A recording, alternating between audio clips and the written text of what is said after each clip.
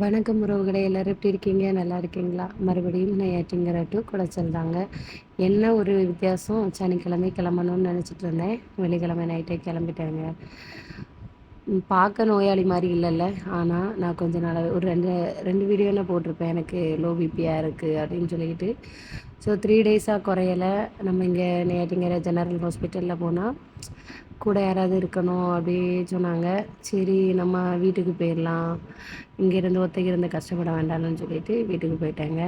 போகிற வழியில் இது ஒரு 2 வருஷத்துக்கு முன்னாடி இந்த சர்ச்சில் வந்துட்டு போகாமல் நான் வீட்டுக்கு போகிறதே கிடையாது. இந்த கெபியில் கிள்ளியூரில் இருக்குது.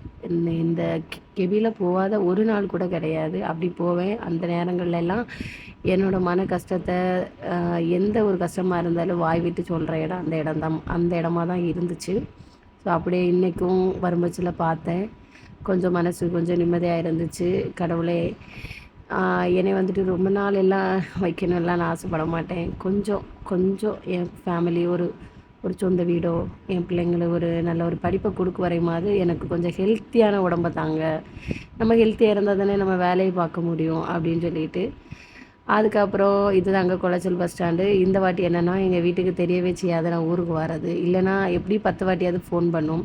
சாப்பாடு இருக்கா இல்லைன்னு எனக்கு தெரியாது. ஆனால் எங்கள் அம்மா மேலே உள்ள நம்பிக்கை, என்னை பார்த்தோன்னே சாப்பாடு பொங்கிடும் அப்படின்னு சொல்லிட்டு அப்படியே சர்ப்ரைஸ் விசிட்டிங் போட்டாச்சு. இல்லைன்னா எங்கள் வீடு வந்துட்டு திறந்தே தான் கிடக்குங்க. நான் வரேன்னா பூட்டு போட மாட்டாங்க.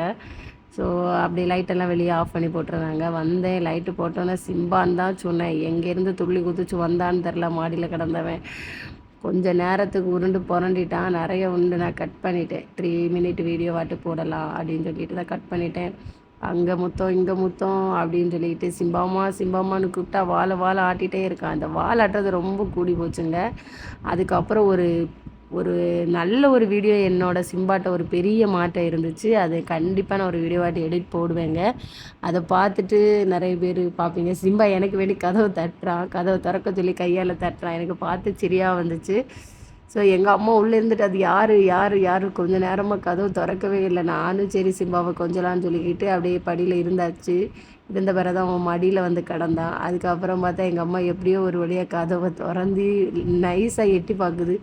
எங்கள் அம்மாவுக்கு என்ன ஆத்திரம்னா, ஐயோ சொல்லாட்டியே சோறு இன்னை பார்த்து சோறுன்னு இல்லையே, எதுக்கு இப்படி சொல்லாமல் வந்த கொண்டு. ஆனால் வந்தது 100 வாட்ஸ் பல்பு மாதிரி ஒரு மாதிரி மின்மினி மாதிரி இருந்துச்சு. எங்கள் அம்மாவுக்கு முகம் அவ்வளோ பிரகாசமாக. எங்கள் அப்பாவும் அப்படியே வந்தாச்சு. பிள்ளைங்க என்ன ரொம்ப லேட் நைட்டு, பிள்ளைங்க தூங்கியாச்சு எழுப்ப வேண்டாம் அப்படின்னு நினச்சிட்டு சிம்பாவோட லைட்டாக கொஞ்சிட்டு அதுக்கப்புறம் சிம்பாவை வெளியே தூங்க போட்டுட்டு நானும் தூங்கிட்டேங்க.